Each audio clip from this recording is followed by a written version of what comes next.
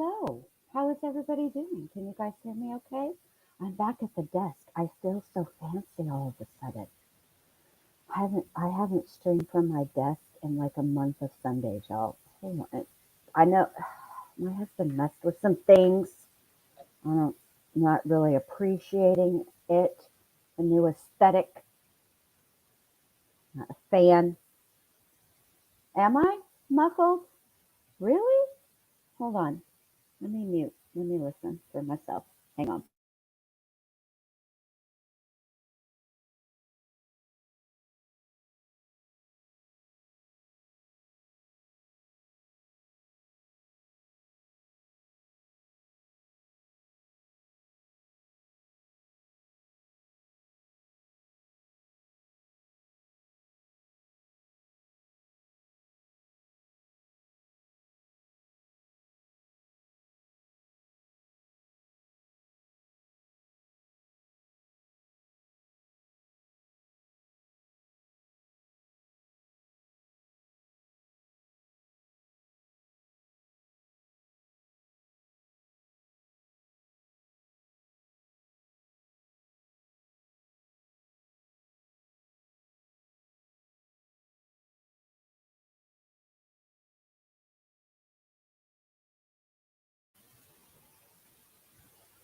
All right, is that better?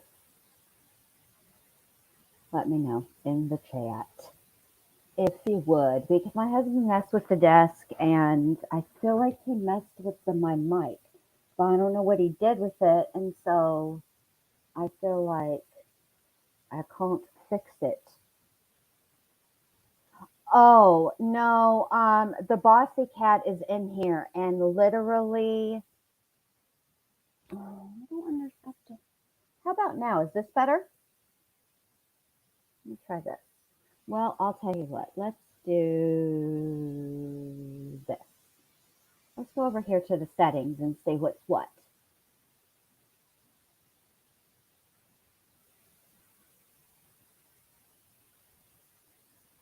I'll fix it.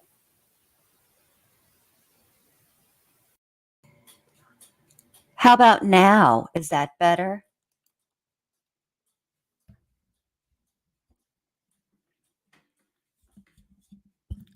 I'm sorry for these technical difficulties, you guys, because you can't really fix. I had the wrong mic on. So let me just blame everybody but myself. Okay, I fixed it. Okay. Sorry about that. But you can't ever really know this stuff until you're actually live. Like you can't really check it from StreamYard. So, okay. A couple of things that I wanted to tell you. I'm not hiding from the bossy cat. The bossy cat is in here with me. And like 2 seconds before I hit the live button, she hauled butt across the bed, jumped and flew across the desk, and then ran to the door. Who knows? But she's very spiced up. Okay. The other thing that I wanted to tell you guys is check this out. I fixed Nightbot. Hold on. Let me remember how to spell. All right, there we go. Let's see. Hopefully that works. Sometimes it takes a second.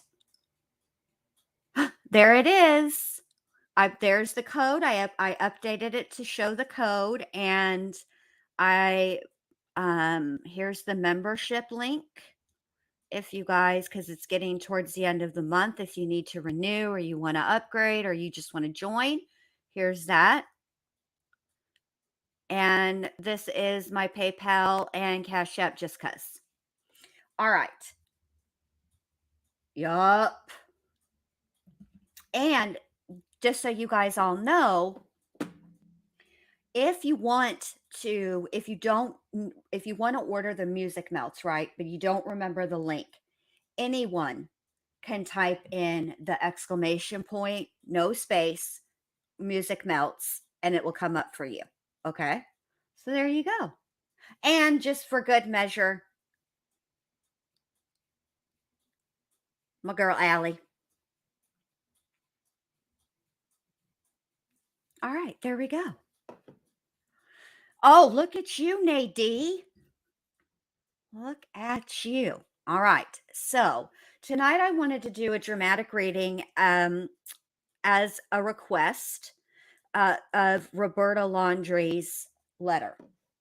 I know that you guys have all heard it 11 billion times, so that everybody in here, everyone that's in here, I appreciate it because I know you guys have heard it, like I said, 11 billion times. All right, but before we get started, just as a reminder, let's hear a word from our sponsor, and then we'll really get started for real thrills. Okay, here we go. And Kai, when you're on Jen Lou's channel, what do you do with the like button? Smash, smash, smash! Yeah.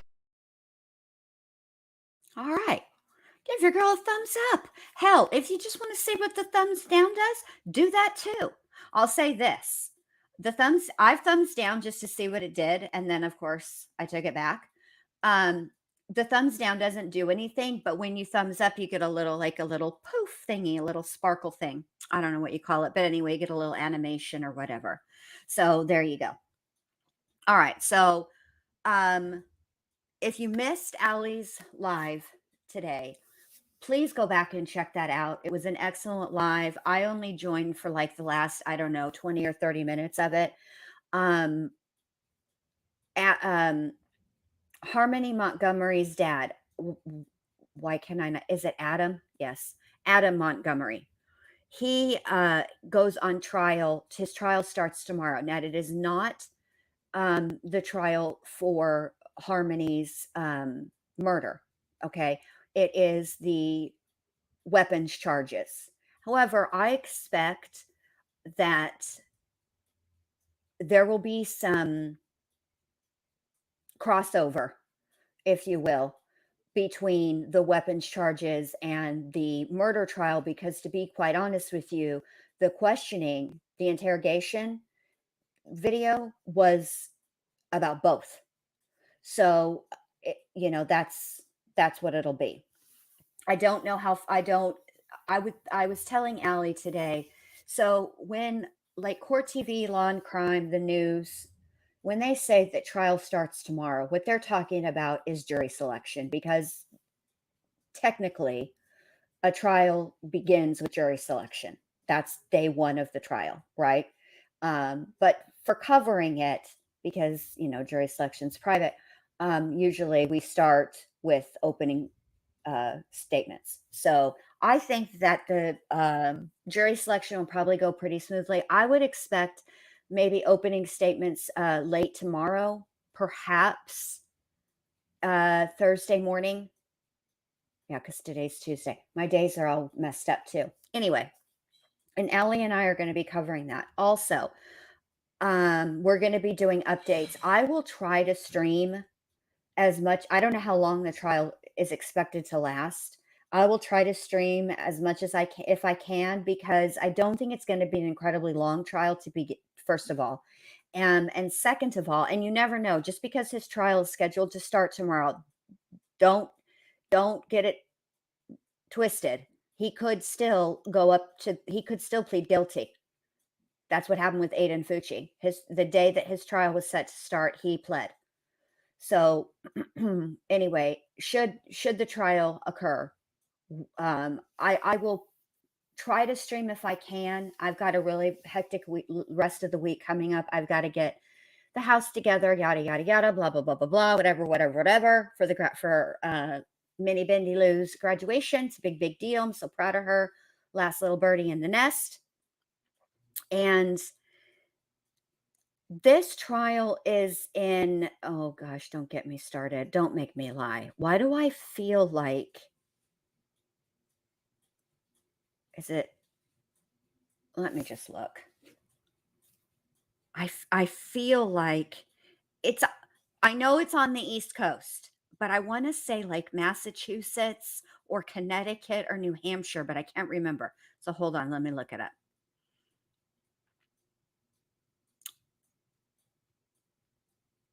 Anyway, let's see. New Hampshire. Oh, it's the East Coast, so no time difference for anybody, for me. Does your baby bird graduate this year, Nadine? Oh my God. Congratulations. That's a big deal. Huge deal. Congratulations, Nadine. Yeah, so so it's Eastern time. It's an East Coast trial, so New Hampshire. All right. So anyway, I don't know that I'll get to really stream. Honestly, what I'll do is go live and do the recaps at night. Now, obviously, Friday is going to be an issue. Well, not Friday, but Saturday will be an issue. Well, no, because there's no trial on Saturday. So it shouldn't be an issue. I should be fine to do it Thursday, Friday. And then I won't be live Saturday and I won't be live Sunday. And maybe I'll hop on a panel with Allie on Monday because I'm going to go spend some time with my sister who's visiting for the for her graduation, and my nephew has a baseball tournament in here, so I'm going to be a little MIA because I need to take. I do need a little break. Oh, welcome, Andrea. No, it didn't. I see you. I see you on StreamYard is green. I can't see when you guys join memberships, and I turned YouTube off on my phone because I was going to do the dramatic reading, but now I need to find it. Welcome to memberships. Thank you so much, Andrea. I appreciate that. I really do. Okay. Thank you for joining. I appreciate that. All right. So, without further ado, let's read Roberta Laundrie's letter. Are you ready? Okay. Hold on. Here we go.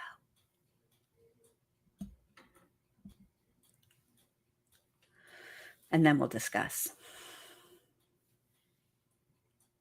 I just want you to remember, I will always love you, and I know you will always love me. You are my boy. Nothing can make me stop loving you. Nothing will or could ever divide us. No matter what we do, or where we go, or what we say, we will always love each other. If you're in jail, I will bake a cake with a file in it. If you need to dispose of a body, I will show up with a shovel and garbage bags. If you fly to the moon, I will be watching the skies for your reentry. If you say you hate my guts, I'll get new guts. Remember that love is a verb, not a noun. It's not a thing. It's not words. It is actions. Watch people's actions to know if they love, not their words. Quote, therefore, I am certain that neither death nor life, nor angels, not the ruling spirits, not things present nor things to come, nor powers from above, nor powers from below, nothing in the entire created world can separate our love. Neither hostile powers, nor messengers of heaven, nor monarchs of earth. Nothing has the power to separate us. Romans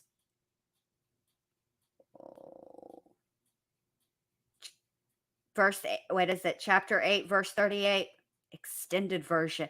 Who knew that the Romans had an extended cut? Who knew? I didn't realize that. Lordy be. All right, so let's dissect this a little bit, okay? Now, first and foremost, let's remember, okay, the claim here and how this all came about, right?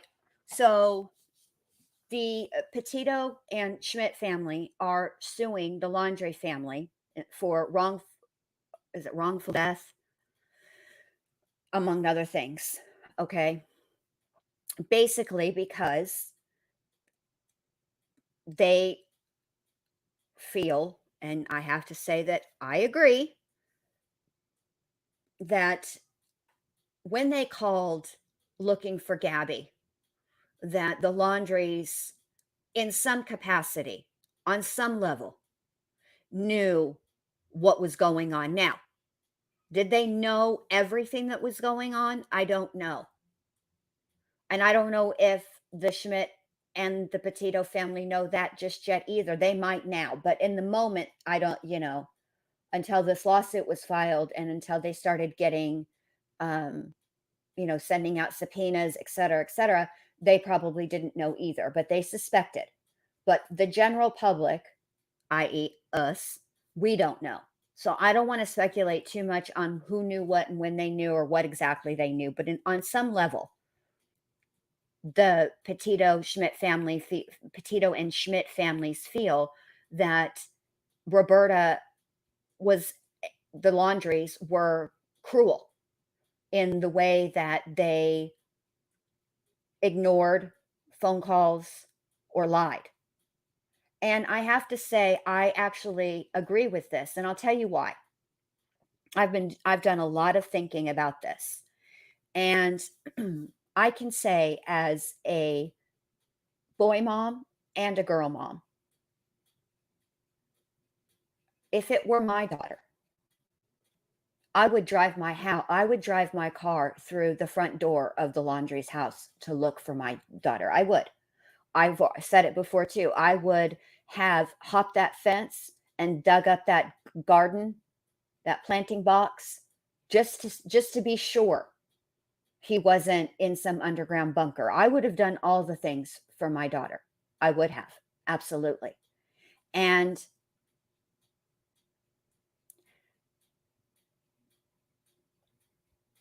I can understand the Laundries not wanting to get Brian in trouble. And in truth, and this is the truth, under Florida law, they had no legal obligation to say anything. Okay. That's the law in Florida. Parents do not have to tell on their children, even if they're adults. Okay. But you can't help. You cannot aid and abet. Okay. That's why Aiden Fucci's mom is in trouble, because she helped.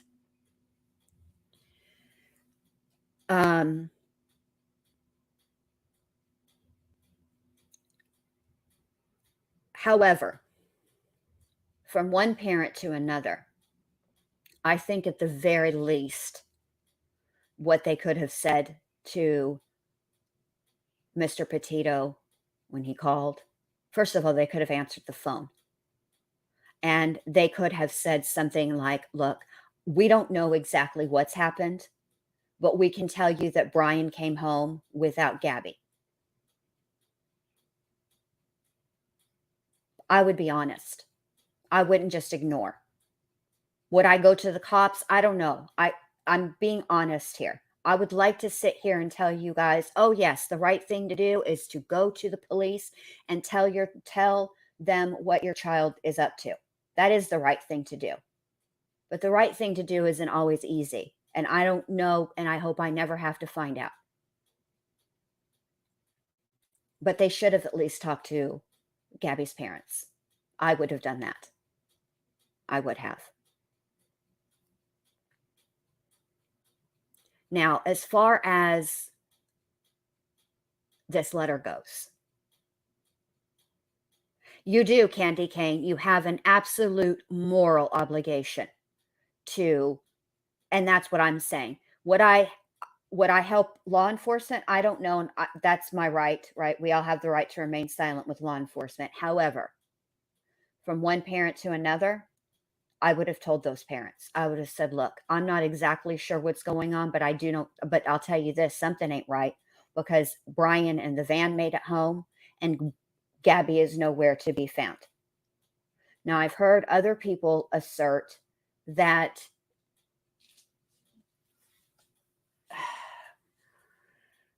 how should I put this?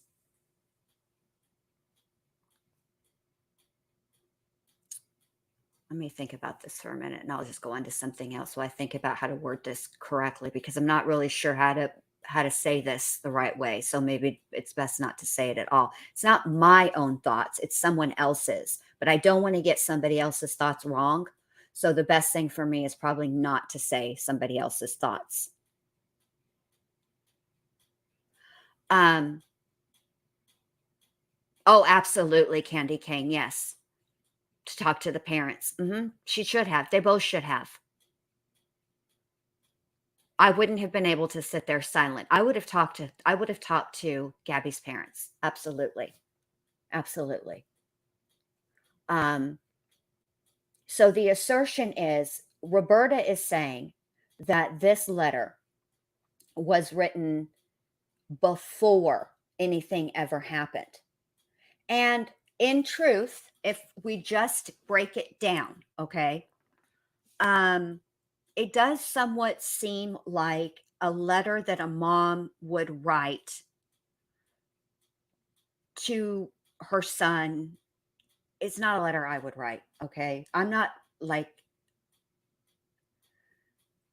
this is not that's not how I would express my affection towards my boys. I'm just not that kind of mom. I'm not that kind of a person. I'm just not that way. But I'm not judging her for being mushy, okay? But that the tone of the letter does have the tone of something that someone who is mushy would write to their son before their son went off on, like the van life deal, because they were going to be gone for quite some time, right? It does sort of, in a way, sound like a goodbye letter, and I'll tell you, I have sat down more than once over this last month to write something to my daughter who's graduating.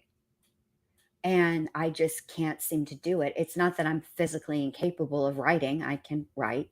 I know the things that I want to say, but I guess I get overwhelmed because there's so much that I want to say to her, that I get a little, my eyes get leaky for some reason. So it's been a little bit difficult, but there will, but, but I understand. Um, but I guess, anyway, so it does sort of have that. So I can see where that might be true. Okay. Where I'm stuck on it, potentially not being true is that, hold on a second. Let me look up here.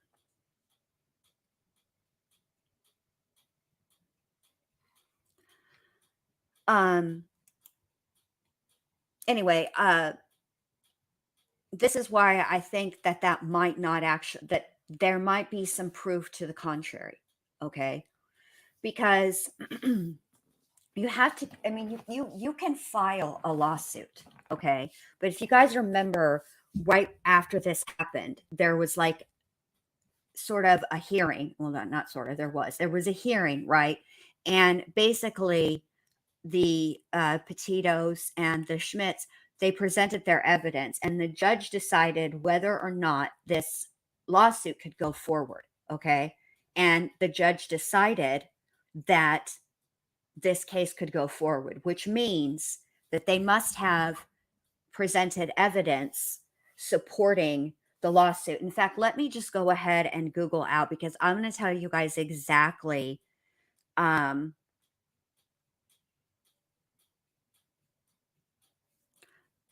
what this lawsuit is about.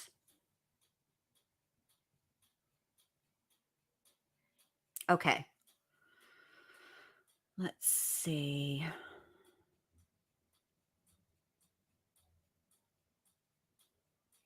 I want to make sure that this is, I mean, as far back as December 7th, the Petitos, or Gabby, well, the Petito and Schmidt, um, let me just read this. This is from CNN, because I think this is interesting.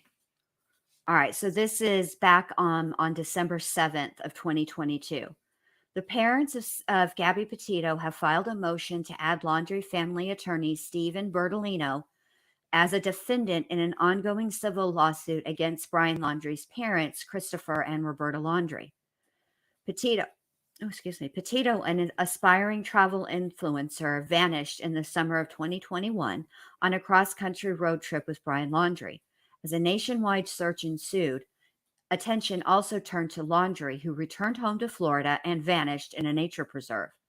Days into the search for Laundrie, Petito's body was found in Grand Teton National Forest in Wyoming, and a coroner ruled she died by strangulation. Laundrie's body was found in mid-October 2021. Wait a minute. Yeah. Wait. Yeah. Was it 2021? In the Florida Nature Reserve, along with a notebook in which he claimed responsibility for her death. A medical examiner determined he died of a self-inflicted gunshot wound. All right. Joseph Petito and Nicole Schmidt filed the motion Tuesday in the 12th Judicial Circuit Court in Sarasota County, Florida. Court documents show Petito and Schmidt first filed the lawsuit against Laundrie's parents in March, alleging they knew their son Brian Laundrie murdered Gabby Petito and were working to help him flee the country. The motion claims Bertolino, in addition to Laundrie's parents, knew that Petito had been murdered and knew the location of her body when he issued a statement on behalf of Laundrie's parents on September 14th, 2021, about the search for Petito. Quote, "It is our understanding that a search has been organized for Miss Petito in or near Grand Teton National Park in Wyoming. On behalf of the Laundrie family, it is our hope that the search for Miss Petito is successful and that Miss Petito is reunited with her family." End quote. The Laundrie family said in the statement detailed in the motion to file a second amended complaint. A week after the statement's release, the Teton County coroner confirmed that human remains found in Bridger Teton National Forest were those of Petito. The motion also claims it was, quote, "beyond outrageous" for the Laundries and Bertolino to, quote, "express their hope that Petito be found when they already knew that she had been murdered." Bertolino, in a statement Wednesday to CNN, declined to comment. Last month, a Sarasota judge ruled in favor of Gabby Petito's family in a separate wrongful death lawsuit against the estate of Brian Laundrie. So, hey, Melissa Jade, thank you. So, I feel like this has some teeth to it, okay? And that that there must be more that we don't know and we haven't seen, but will be upcoming in the trial, that shows exactly who knew what, when they knew it, and what exactly, who knew what and when they knew it. I do find it, I don't know when, this is the part that doesn't make sense to me. Okay. If they were working with Brian to help him get out of the country, okay, why would she write a letter saying that she would help him hide the body when the body, follow me here, right? Because the lawsuit is essentially saying that they knew that she was dead and they knew where her body was and they knew that Brian is the one that did it. They knew what happened. And so why would she write him a letter like that? Because that kind of doesn't make sense. Do you guys understand are you following me here? Because that kind of doesn't make sense to me. Why mention hiding a body or, helping to hide a body, right? If you already know where the body's at. I don't know. Or, okay, I could make the counter argument to my own self that perhaps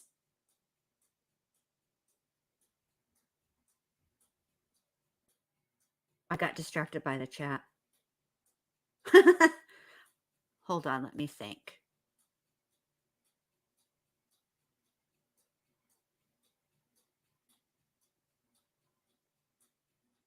You should throw us all off. That's a good point. I mean, it's very possible. But I'm going to sit back. You guys know how I roll. I'm going to sit back. I'm going to sit here and take the wait and see approach and see what comes out in this lawsuit. I'm curious about it for sure, But I do want to, let's go back to this letter a little bit, and I want to point out some things. Hold on a second. Oh my gosh, I don't even know how to talk or type or talk. Either one, honestly.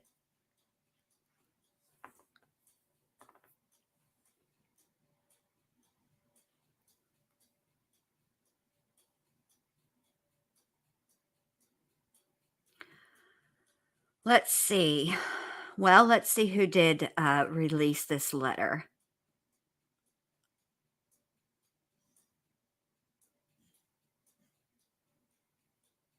Hmm.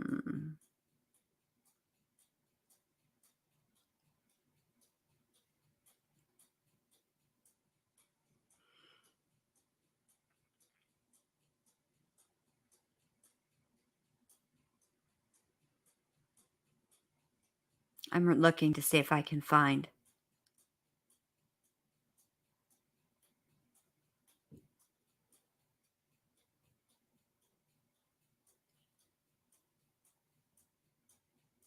Well, it says the Petito family's attorney, Patrick Riley, shared the document with Newsweek, which is where I'm reading the letter from. So,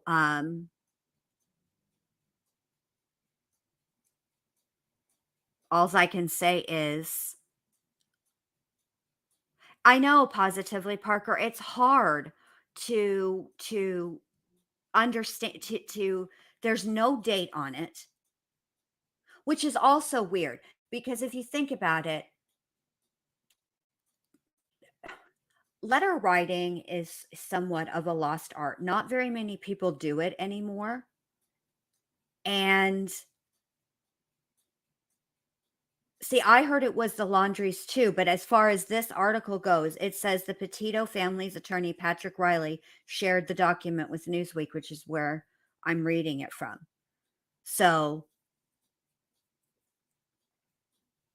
and they might have given it, I mean, it's all of these things are possible. Well, I'll say this, Mrs. M, the reason that the public has it is because Florida has some of the most progressive open requests ever. When things like this when trials occur, obviously there are certain documents that they don't share with the public, right? Autopsy photos, et cetera, et cetera. But if you were to go to the Orange County, Florida clerk, right, the website, and you were to do a record search and you were to type in Sarah Boone, everything that's happened on her case is there for you to read. There's very, very few documents that are unavailable for inspection. Some of them have some of the stuff is redacted, some of it is not, but Florida is very open like that. So if the judge allowed it to be in evidence, then it's part of the case. And now the public has access to it because Florida, like I said, they're super progressive with that. Hey, Carol Claus. Hi, everyone that I didn't say hi to. Thank you guys all for being here. The letter could have been written. The thing is, there is no date to the letter. And this is one of the questions that I have. And I started to say before I got distracted. I can't look at you guys right now. Let me just close my eyes and talk for a second. I think that it's interesting that there is no date on the letter because letter writing is kind of a lost form, right? It's a lost art. Most people don't write letters, a note here or there, but people that are letter writers or still leave notes, particularly letters. Like if you think about it, when you guys were in school and we all learned how to write a letter correctly, right?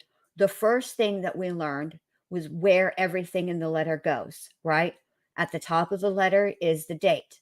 Then the letter starts with the greeting, dear so and so, right? And then the closing, sincerely, yours truly, etc. All the closings that you can think of, and then your name, right? We all learned how to write a letter. So I find it interesting that if she went out of her way to write this letter, to write burn after reading, which is, according to Roberta, an inside joke. And there is a movie called Burn After Reading. It's got John Malkovich, Brad Pitt, Francis Drescher. No, that's not French. Frances McDormand. It's a funny movie. I've seen it. Anyway, that was their inside joke. Now, I find it interesting that she wouldn't date the letter, because what would be the point, right? It was clearly intended for him to read, and I don't think burn after reading was literal. Oh, wow. Only 4 months? No way. That's a long time. Thank you, Emily, for being a member of the ward for 4 months at the 51100 Club. So I just think it's weird that there's no date. What did Sea Star say? What was in his backpack with no date? Oh, the letter? Which is weird, right?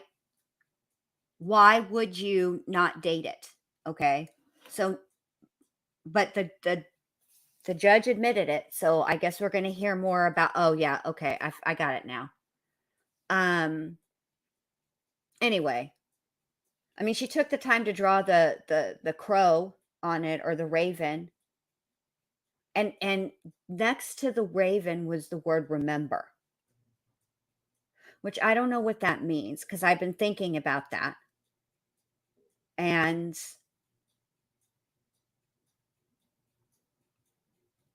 I wish I knew what kind of bird it actually was. Is it a raven? Because there is an Edgar Allan Poe poem, The Raven, who the protagonist in the poem lamented his lost love, Lenore. So maybe, I don't know. I need to. Hey, Shmeda. I don't know. I wish I knew what kind of bird that was. Is it a crow? Is it a raven? Is it a drackle? I don't know. And what it means, what its significance is. It is interesting that he brought it with him when he went to end his life. I'm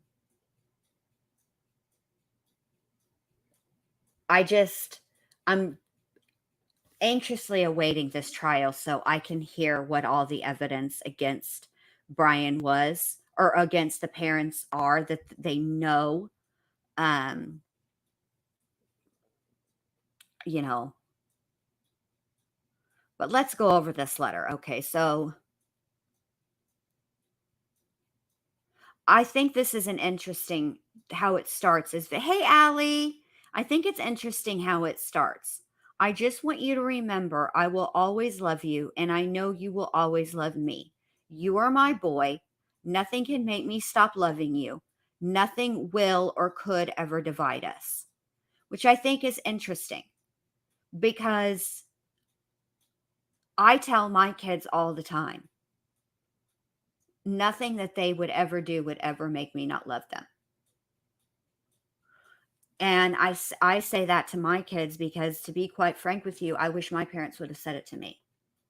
So I don't know why she's saying it to him, other than maybe that's why.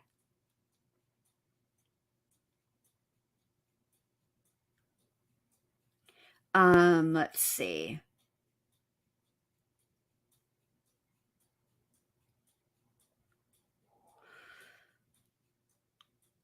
What else? There's another part in here. This part. Remember that love is a verb, not a noun. It's not a thing. It's not words. It is actions. Watch people's actions to know if they love, not their words. Now, this I find interesting, because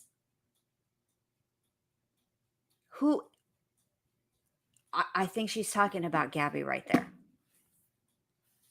I think that, they did live there. So Roberta would somewhat have an idea of what their relationship dynamics were like. And maybe Roberta didn't think they were right for each other. And maybe I don't know. This just sounds like something a parent would tell their child. Pay attention to what people do, not what they say. Just because they say that they love you, or just because they say you're your friend, but do their actions show you that? I mean, that is parenting advice.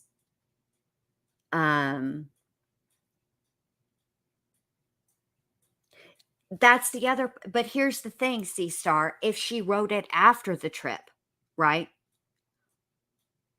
Why mention that? Why mention a body then either? Because, hello, there'd be no need for her to help. She didn't help him hide the body in Wyoming. He hid it all by himself. I don't know. It's very, very. It's a very when you look back on it,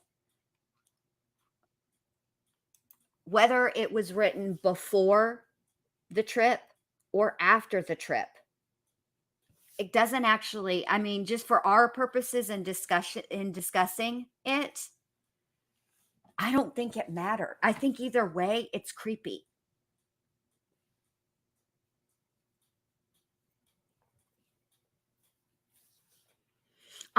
The thing about that's a good question, Mrs. M, and I've been thinking about this.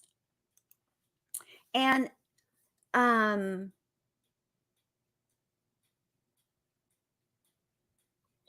we don't know I don't, maybe you guys do, but I don't. And I haven't seen a whole lot of anything with Roberta. I think that it doesn't really, for our purposes of this discussion, like I said, it really doesn't matter when the letter was written. It is kind of a creepy letter. I'm sorry, it is. It's, even if it's something that she wrote to him, never, let's argue her side, right? Let's say she wrote it before the trip. Okay. I doubt that she ever intended for anybody, maybe one other person, like his wife someday, maybe even Gabby, right, to read that letter. But I highly doubt that she intended for the entire, whole ass internet to read it. And I highly doubt that she, intended for one Jen Lu to be doing a dramatic reading of it and discussing it on the YouTubes. I highly doubt she intended for that to happen. It was probably meant to be just read by him, right? But still, it's a weird conversation to have with your son. It just is. It's not that it's okay. Let me put it a better way. It's not the general theme of the conversation, which is essentially, I love you no matter what. You're going off in the wide. Let's say it's to Roberta's point, right? You're going off in the wide world. You're going on this van life excursion, blah, blah, blah. I want you, these are some life lessons, and, call me if you need any help, right? I suppose it's creepy even in that context, because it's the actual things that are written that are creepy. It's not the sentiment necessarily of the letter, which is, like I just said, even after the fact. Let's say it was written after the fact. What's odd to me is the argument made by the Petito and Schmidt family is that either way you look at it, this is clearly a goodbye letter. Whether it was a goodbye, I'll see you when you come back from the van life deal, or goodbye because you're about to go on the run. I think it's in my opinion, this is a goodbye letter. Okay. And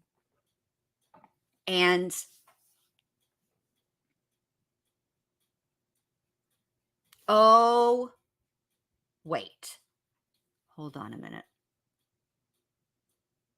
Let me go back over here.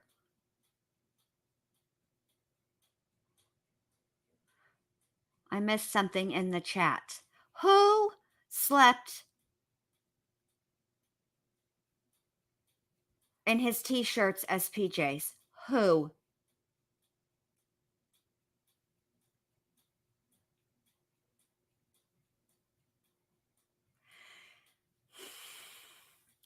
See, Star, I can't, this is where I struggle, okay? Because you guys have heard me say it on my channel.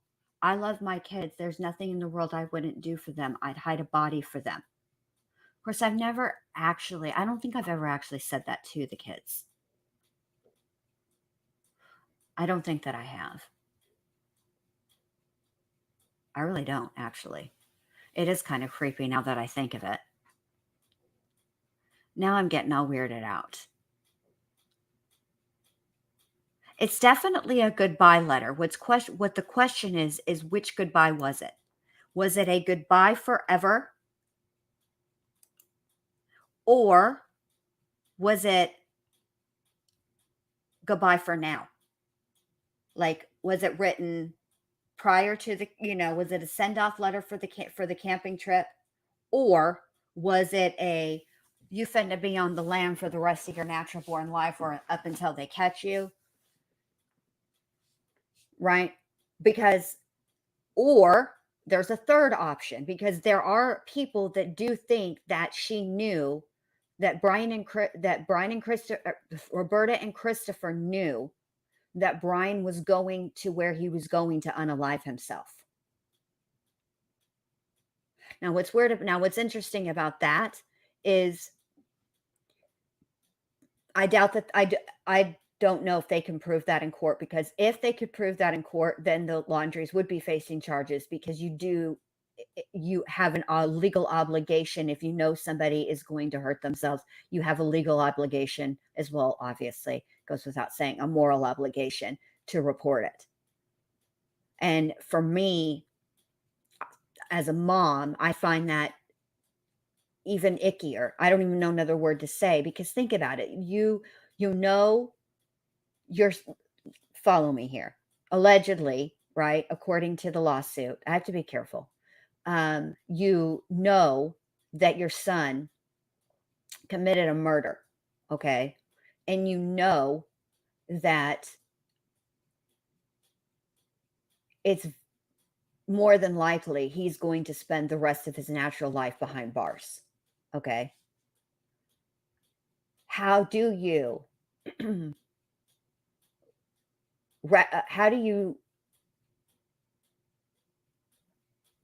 how are you okay with him going off into a nature preserve and taking his own life? That's anti-mom. That's anti-parent. The parent in you would want to stop your child. So I don't know how you would reconcile that. I don't know. It's weird.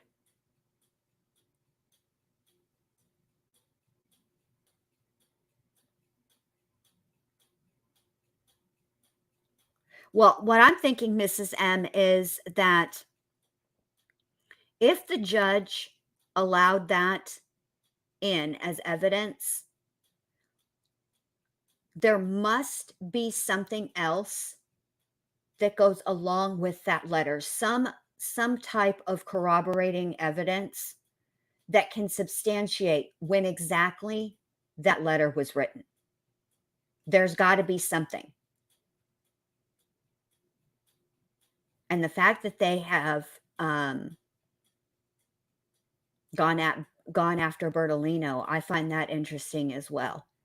See, because sometimes, and this is what I was really intending to talk to you guys about.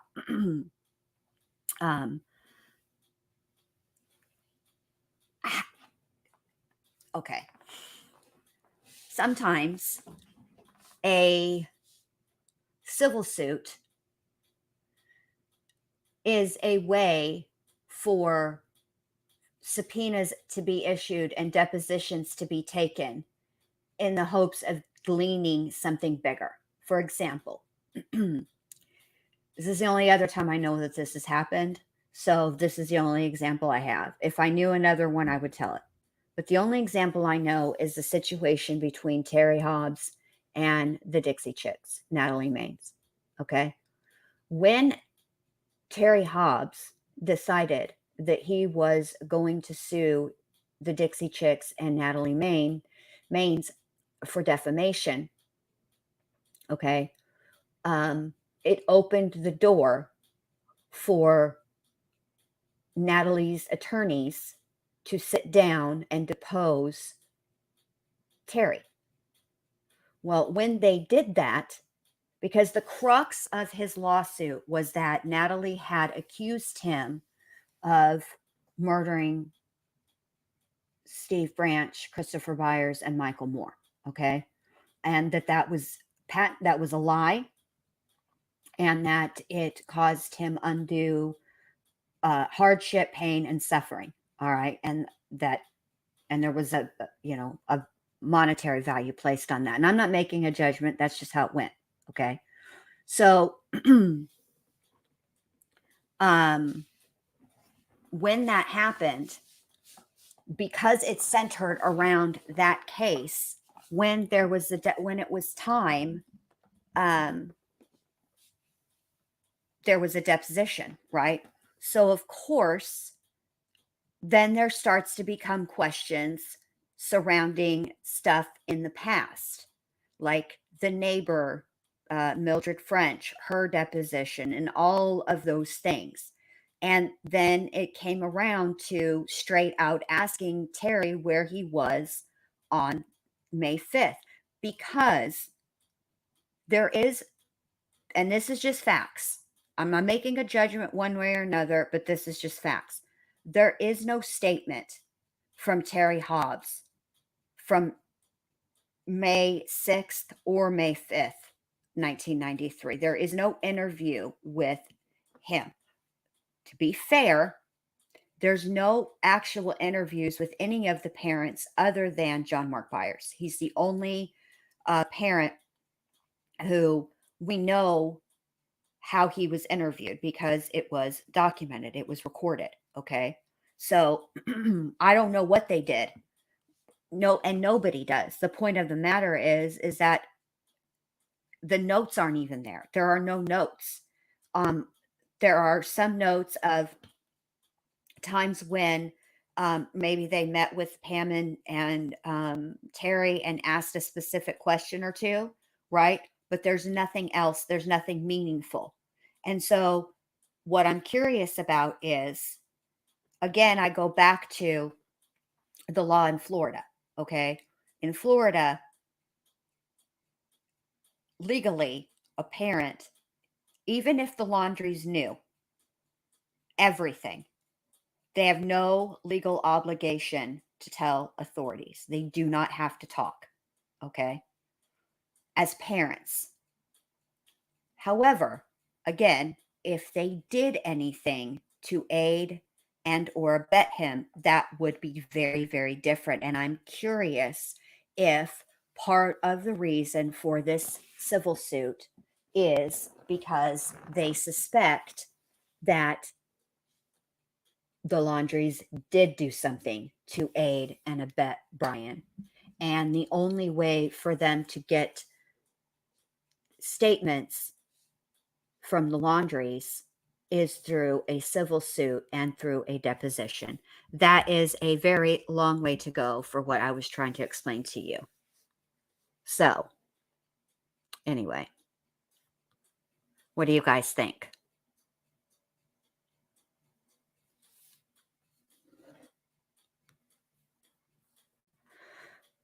Oh.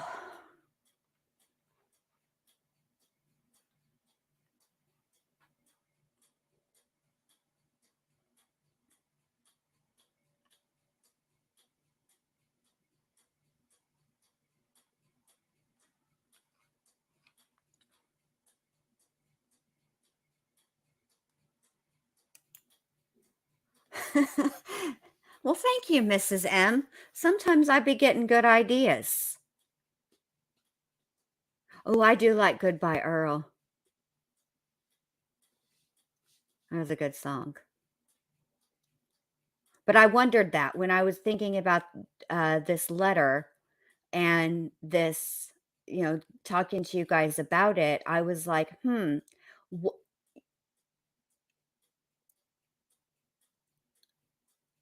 we'll see. Positively, Parker, I think that's the part of the intent behind the civil suit, because if it were okay, so let's say the that law enforcement suspected that the Laundries helped in some sort of way, right? The Laundries, the law enforcement can ask them to come down and give a statement to police, but they don't have to. They don't have to. And even if they picked them up and held them for 72 hours, they still don't have to talk. They don't ever have to talk. However, it's different with the civil suit. When you are being deposed, you can have your counsel there, right? And your counsel can object to every single question they ask and all the things, but you still got to answer. It's very different. Very, very different. So I was thinking, oh, Bentley, he likes that song, Goodbye Earl. Oh, Bentley, love his whole heart. I'm really trying hard to stay on topic. But yeah, I kind of wonder about that. Like think about Aiden Fucci's mom, okay?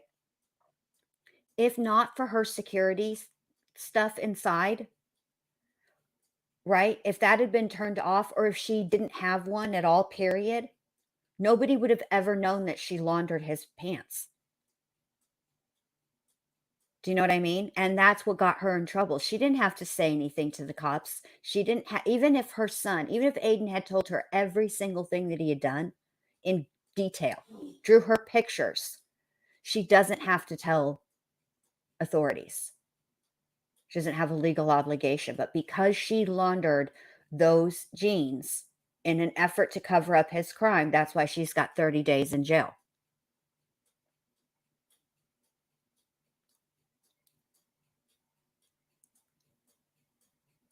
Yeah, I don't understand why so this is interesting to me too. Why didn't he save it? He clearly was going through stuff in his backpack, right? Because he wrote his own letter, right? And if I'm not mistaken, he took some pains to keep it preserved in some form or fashion, right? So in doing that, then he had to have come across his mom's letter, right? So why not get rid? I don't know. There's a lot of things about that.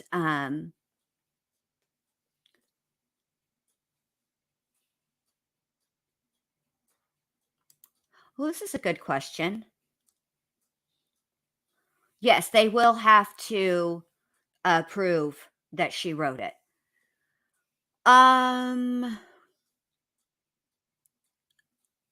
don't think that I've seen the amount that they're suing for. Let me see if they lose, they can ask for an amount, okay? And it will be up to the jury to decide how much they get. Not all the time do you ask for an amount and get the same amount. Do you see what I'm saying? Because I remember Johnny Depp, um, and Amber had a counter lawsuit, and Amber asked for a specific amount on the actual one that they actually ruled in favor for her, and she didn't get what she asked for. So, who knows? We'll have to see. That's another thing. And yes, they will have to prove, Parker, they will have to prove that she wrote it. They will have to prove that. Because otherwise, what's the point? You know what I mean? It goes hand in hand with they had all this. So basically, they had all of this inside knowledge, and that I think that there is a limit or a cap on the money. I'll have to look into it. That I'm writing these down, and I'll do a follow-up because I think that there is. You can't just ask for an astronaut, I don't think you can just ask for anything. And as far as was the letter opened by Brian, we don't know anything really surrounding that letter other than what the letter was, what the the contents of the letter, what it said on the envelope on the outside, and what the letter said on read on the inside, what was written. Um, we don't know exactly what was. I mean, she has admitted to writing it. She has. It is her write it. Um, but they will have to prove that she. Okay, let me back up. She said that she wrote it, so she's admitted to writing it. What they have to prove is when she wrote it. They are the burden of proof is on the Petito Schmidt families. They're the ones that have to prove that she wrote it after Brian came back, that it was done after Brian came back with the van without Gabby. That burden of proof is on the Petito Schmidt family. And there must be something.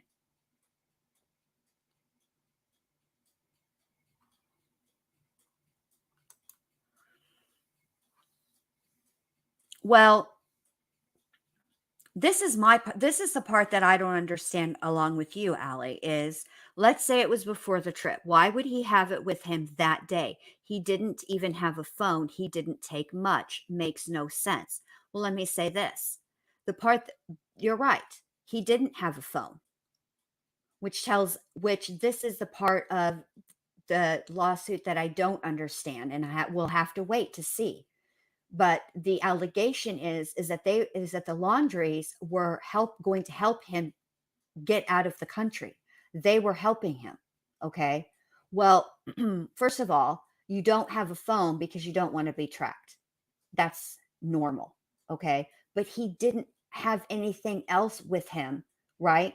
That would help him in any meaningful way in the long term.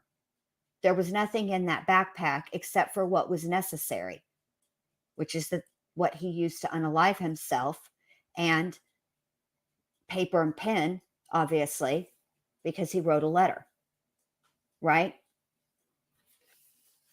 And I don't know if he if she wrote it to him before and he just always kept it in his backpack as something his mom wrote him. I will tell you this.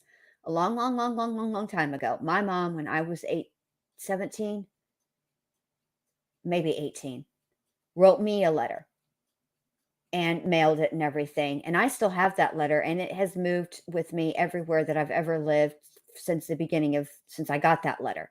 But I don't keep it with me. You know what I'm saying? It's put up with my memorabilia, but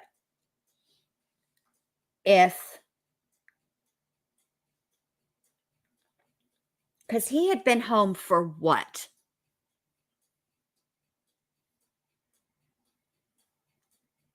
Couple of weeks?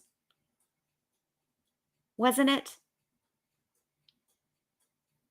Before the Petitos started looking for Gabby? Or before Gabby's parents, I should say.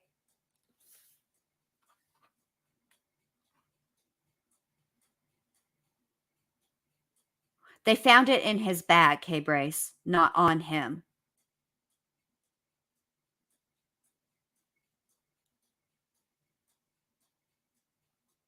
I mean, I will say, Pointer Lover, okay.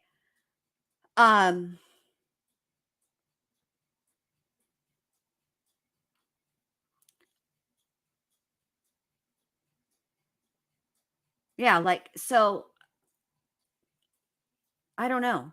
Maybe we don't know enough about Brian to know what kind of person he was.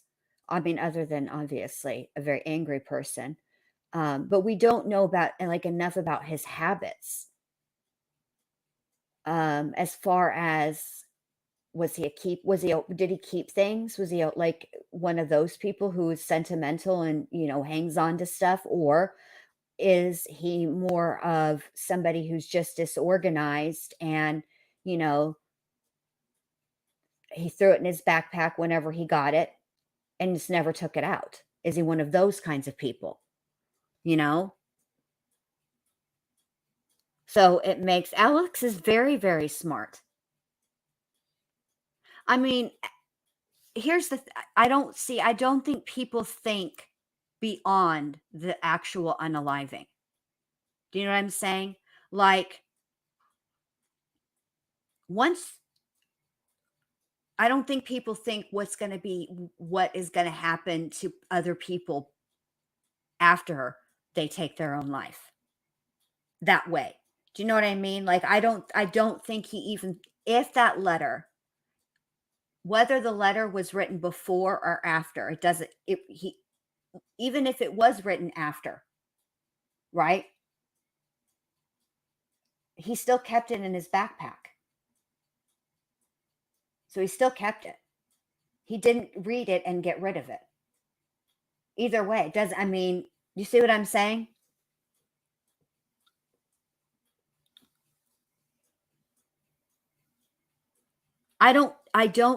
I'll say this.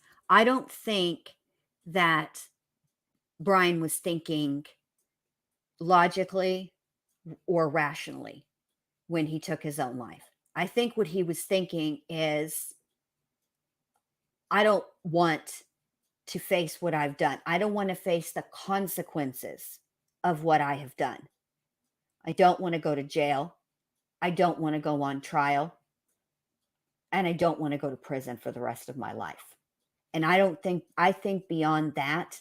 And I I cannot see,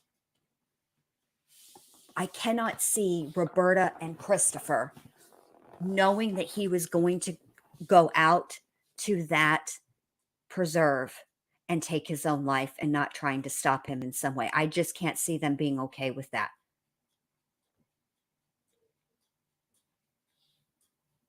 You know what I mean? But we don't know that and that this will come out a lot in the dynamic between between Brian and his mom and his dad, the family dynamics will come out in this civil suit. Hold on, I'll tell you how old he was. He wasn't that old, like 23, I think.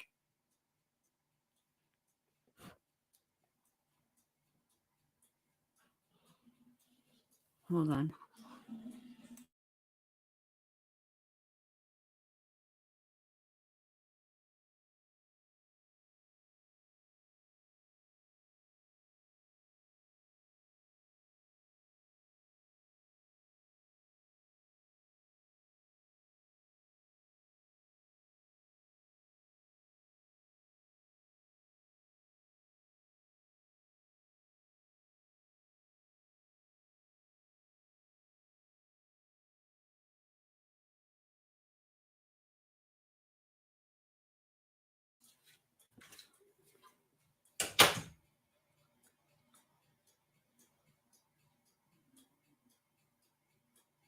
Yeah, I think 23 or 24.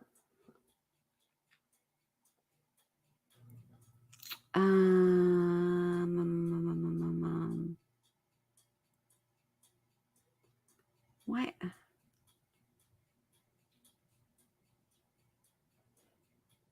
She was 22. Hold on, let me see.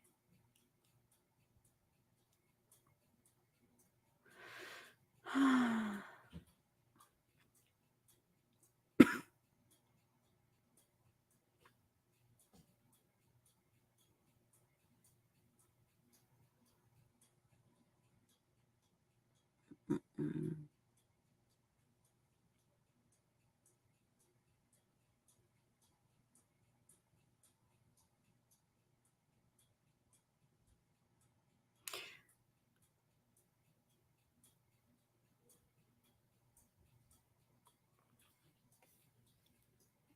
Oh, 23. Okay, good. Thank you.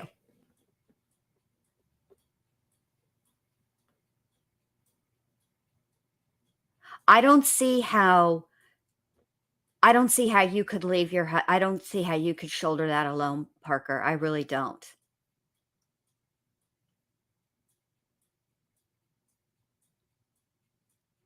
And that's basically MDH what the lawsuit is says, that she knew, and she wrote that letter because she was saying her goodbyes to him, and that she was going to love him no matter what. I think that everybody can all agree that the letter is some sort of goodbye letter. It's just, when was the goodbye?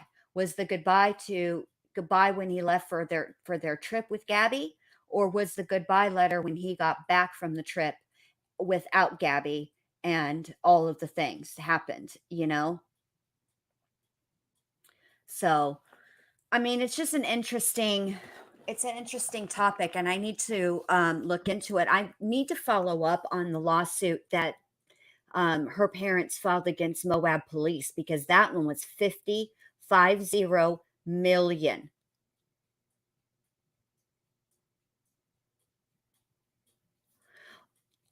Um, that is an odd question to ask, or or the odd turn of phrase, Elizabeth. It is an odd turn of phrase to say to your adult son. Now, I will say this. I always told my kids, even now I tell my kids this, and they're all, except for my little baby, my last little birdie. She won't be 18 for a couple months, but I always told them when they were little, I love your guts. And every once in a while I will still say things like that to them, or stuff that but not mushy stuff. Like, I used to call my oldest son John Binks, because his name is John. Stuff like that. I mean, it is odd. I don't know if I'm just saying that I don't think I would write I don't think I'm capable of being mushy that way. I mean, I'm capable of writing the whole "I love you, I will always love you." Nothing that, you would ever do would make me not love you. And, oh, this is another thing I always told my kids. I still tell them this. Even if I was not your mom, I would still want to know you. So, I mean, we all say things to our kids, but I don't know that I would be quoting the extended cut of the Bible. I didn't even know there was an extended cut of the Bible. I didn't know that. What is that, like the behind the scenes director's cut? I mean, I'm not even like, I'm trying to be an asshole, but I just never that I've never heard of that before. So,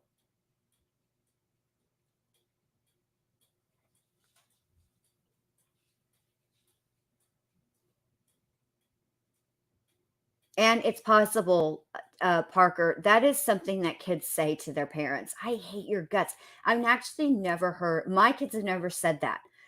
I have heard I hate you. I think each one of my kids has said that at least once to me. Um, but they were, obviously they didn't mean it. At least I don't think they did. Um, but usually kids say that to other kids. I hate your guts.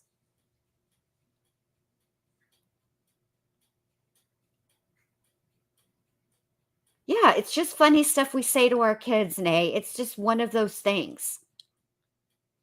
I tell my kids, I love your guts.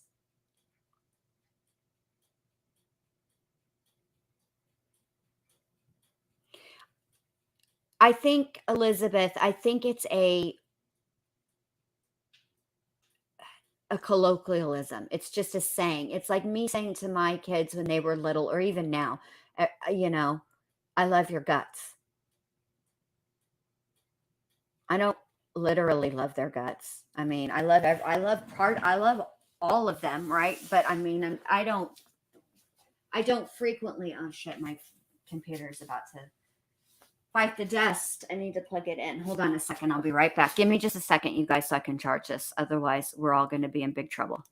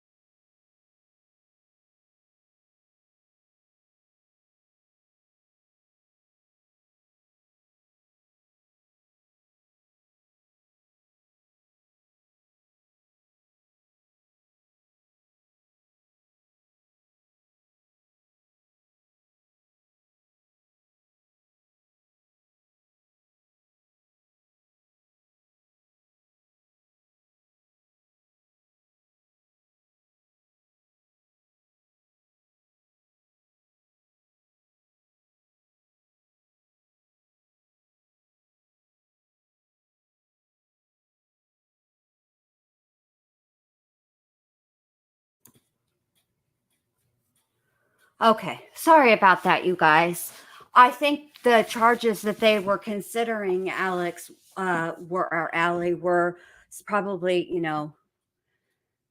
obstruction of justice, tampering with evidence, stuff like that. Anything, I mean, they obviously were not in Wyoming, okay?